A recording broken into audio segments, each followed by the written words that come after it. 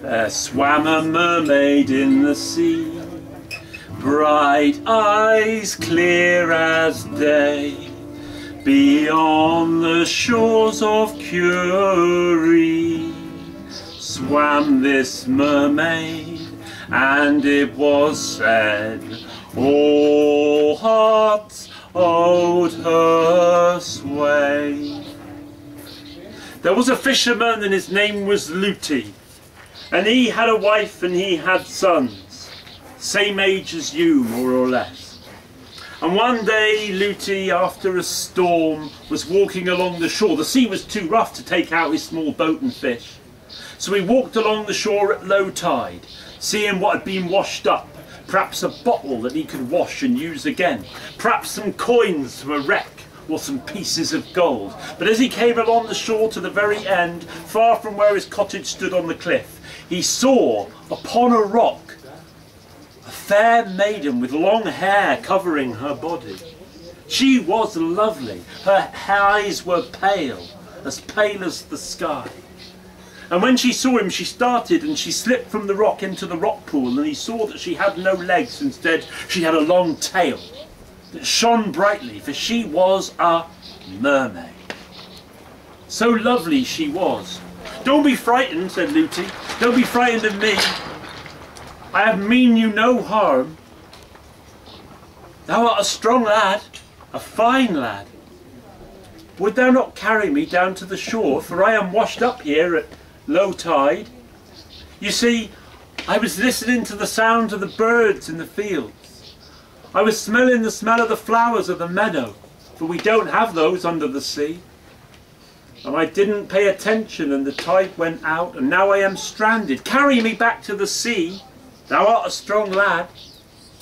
And Luty stepped into the rock pool and picked her up in his arms, and she was light, and she put her arms around his neck as he carried her down to the shore. "Thou art a strong lad indeed. Take me back to the sea. Why don't you come with me under the wave? Oh, life is good under the water. You could live forever with me. There is no aging. There are billows of seaweed, green and shining. There are caves of pearls and crystal. Fish of many colours. I ride upon seahorses. Come with me under the waves. Many a treasure you will find. I will show you." And Luty was sore tempted, and he stepped into the sea with this beautiful mermaid, and up to his waist he was. "Come with me," and she kissed him. And he was sore tempted to go under the waves when he heard his dog barking, and he looked at the shore, and there was his young dog, and along the shore at the far end there were his young sons, and they were playing in the waves, and above them on the cliff stood his cottage, and there in the cottage stepped out his wife, and she was bending with her aching back and pulling vegetables from the vegetable plot. "I can't go with thee," he said. "I can't, for I have a family and responsibilities. I can't go under the sea." And she twined her arms even stronger round his neck.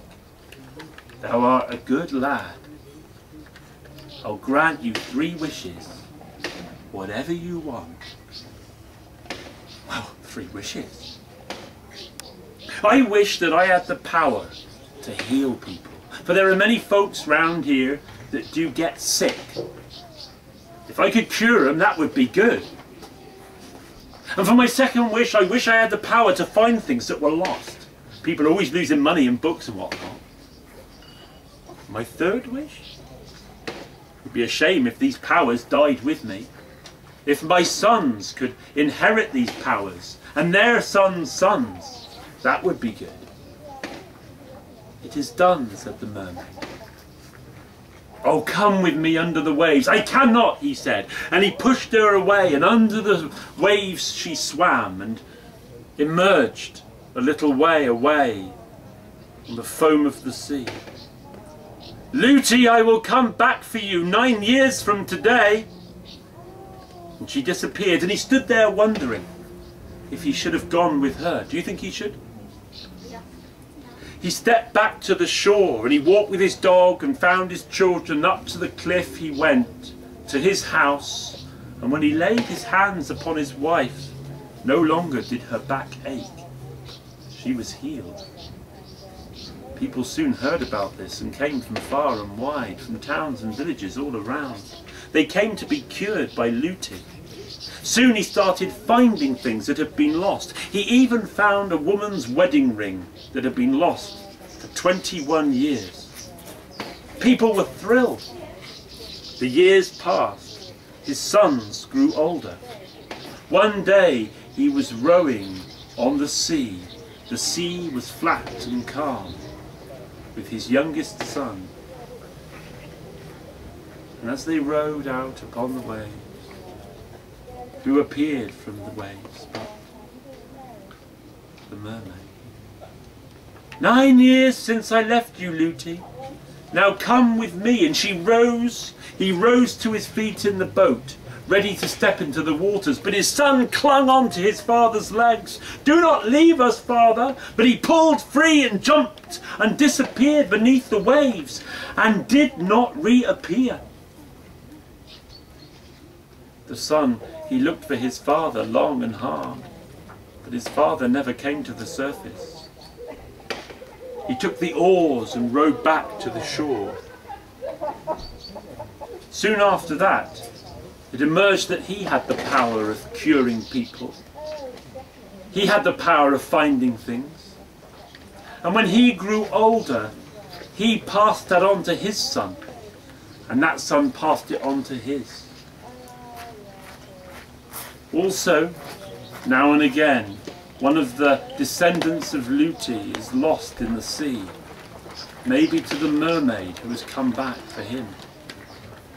Even today, around Curie in Cornwall, people speak of those who inherited the power of healing and of finding from Looty the fisherman.